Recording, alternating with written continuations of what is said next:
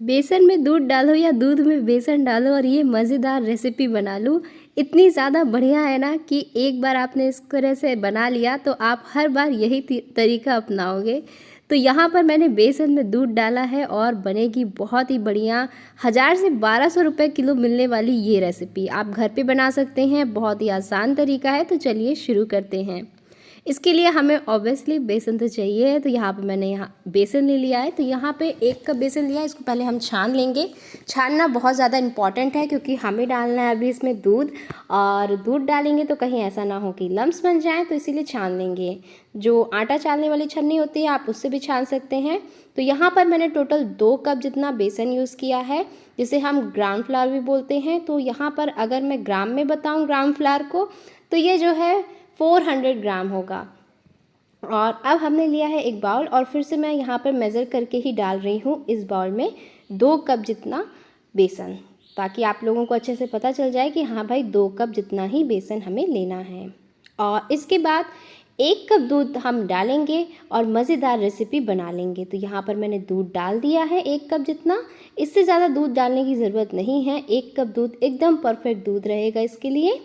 तो 2 में आपको 1 जो है कप दूध डाल देना है। दूध आप फुल फैट क्रीम वाला ले लें, नॉर्मल टोन्ड मिल्क ले लें, डेयरी का दूध ले लें, तो आप जो है कोई सा भी दूध ले सकते हैं। और इसे हम देखिए अच्छी तरीके से फेंटेंगे ताकि इसमें कोई लम्स वगैरह नहीं रह जाएं। तो मैंने हैंड विस्क की मदद से अच्छे से मिक्स कर लिया है। काफ़ी ईजी हो जाता है इससे काम। और अब हम जो है इसे 10 मिनट के लिए ढक करके साइड पे रख देंगे ताकि हमारा बेसन अच्छे से सेट हो जाए। तब तक हम और बाकी जो चीज़ें हैं उनको तैयार करते हैं।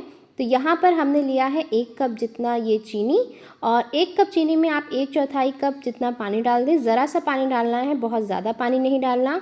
जितना ज़्यादा पानी डाल दोगे उतना ज़्यादा आपको पकाना पड़ेगा, इससे आपका टाइम भी लगेगा और गैस भी ज़्यादा बर्बाद होगी। तो बस अब हम देखिए इसकी चीनी जब तक घुल नहीं जाती इसे पकाएंगे।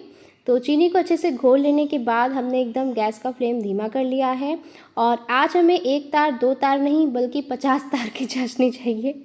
मतलब कहने का ये है कि बहुत ही गाढ़ी चाहिए। जब इस तरीके से हमारी जो चाशनी हो जाए, जो किनारे पे आप देख सकते हैं ये इसका भूरा बनने लगे, तब हम गैस को बंद कर देंगे। तो ये देखिए मैंने गैस को बंद कर दिया है।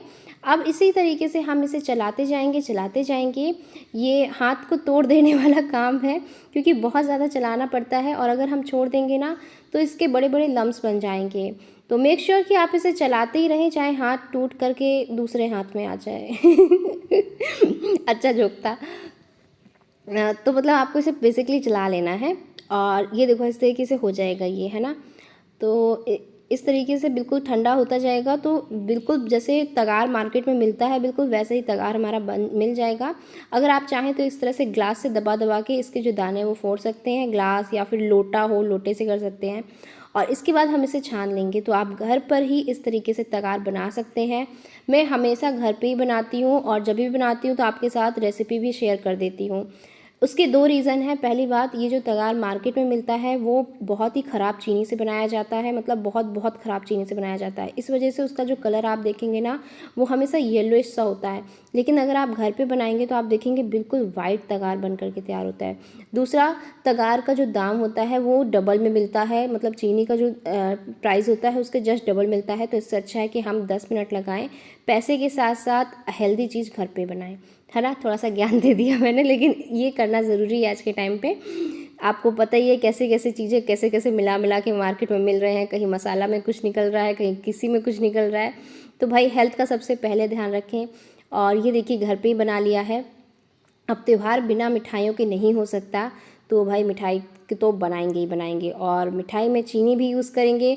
और बहुत सारी मैं ऐसी रेसिपीज़ भी शेयर करती हूँ जिसमें चीनी नहीं गुड़ यूज़ होता है, तो वो भी आप देखा करिए। अगर आपने चैनल को सब्सक्राइब नहीं किया है ना तो आपको कुछ भी नहीं पता चलेगा। तो देखिए इस तरह से स्टोर करके रखना है जिससे ये ख़राब नहीं होगा।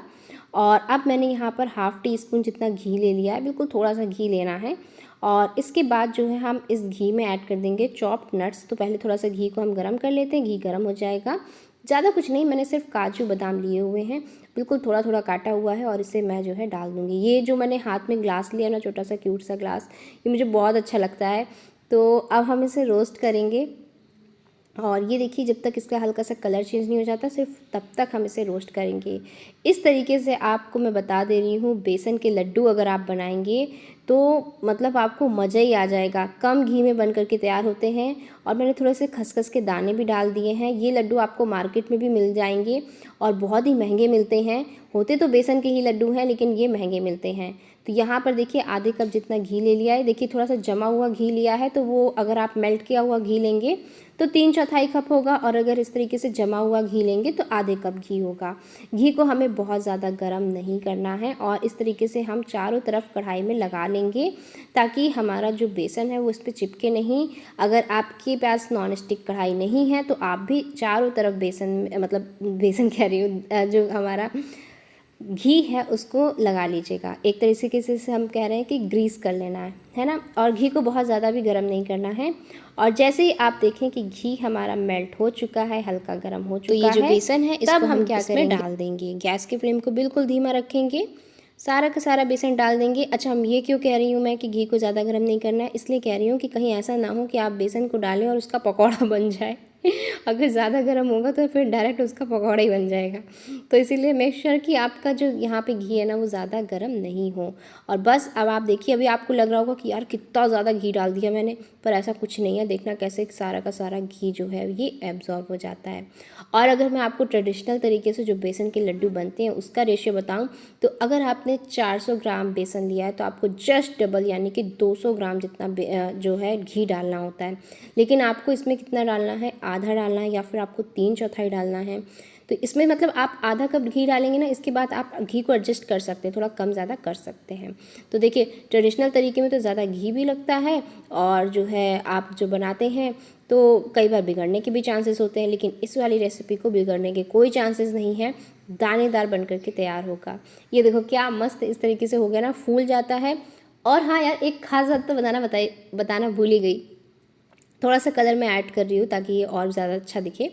तो ख़ास बात ये थी कि अगर हम लोग 2 कप बेसन से जो है, बेसन के जो ट्रेडिशनल तरीके से लड्डू बनाए जाते हैं बेसन को भून करके, उस तरीके से बनाएंगे ना तो मुश्किल से 8 से 10 लड्डू बन करके तैयार होंगे, ठीक है।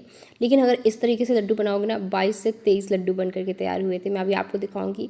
बहुत ज़्यादा मिक्सचर हो जाता है क्योंकि हमने बेसन को भिगो दिया होता है ना, तो फूल जाता है, दानेदार खूब हो जाता है, तो काफ़ी ज़्यादा मात्रा में भी बनता है। तो उतनी मात्रा में, लेकिन तरीका अलग था तो रेसिपी और भी ज़्यादा अच्छी बन गई। अच्छा, कई लोग कहते हैं कि बनाते हैं बनता नहीं है। देखो एक चीज़ और बताऊँ, सच्चाई है पर कड़वी लगेगी। तो पहले तो देखो ये सारी चीज़ें ऐड कर देते हैं, फिर बताती हूँ। आप 2 लोगों को लीजिए और तगार भी देखिए मैंने मिला दिया, 1 कप जितना तगार मिलाया है, बाकी आप अपने हिसाब से तगार ऐड कर सकते हैं। तो मैं बात ये बता रही थी कि आप 2 लोगों को लीजिए और दोनों लोगों को सेम इंग्रेडिएंट दीजिए।